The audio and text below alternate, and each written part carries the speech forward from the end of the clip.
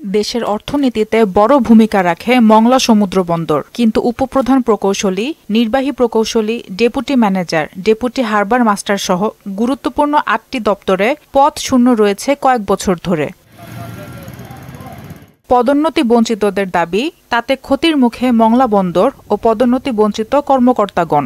পদোন্নতি একটি স্বাভাবিক প্রক্রিয়া। এই প্রক্রিয়া যদি ব্যাহত হয়, কর্মকর্তাদের মানসিক যে প্রশান্তি এটা না থাকলে প্রতিষ্ঠান ক্ষতিগ্রস্ত হতে পারে।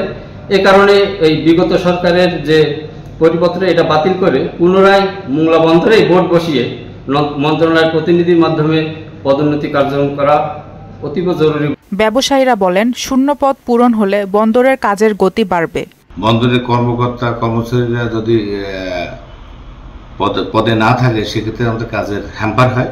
কর্মকর্তা কর্মচারী ফুলফিল থাকে, তাহলে আমাদের কাজ আমরা সঠিকভাবে দ্রুততার সাথে করতে পারবো।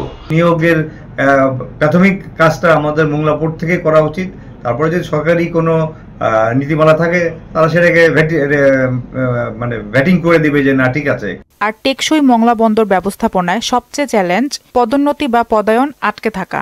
মংলা পোর্টের বন্দরের জন্য অন্যতম প্রধান অন্তরায় হচ্ছে এই আমলাতান্ত্রিক জটিলতা, প্রশাসনিক জটিলতা এবং নির্ভর করা, তড়িৎ সিদ্ধান্ত নেওয়া নিতে পারা বা বিভিন্ন ব্যাপারে মন্ত্রণালয়ের পরে নির্ভর করা, এইটাকে একটা জায়গায় আনতে হবে, কমাতে হবে।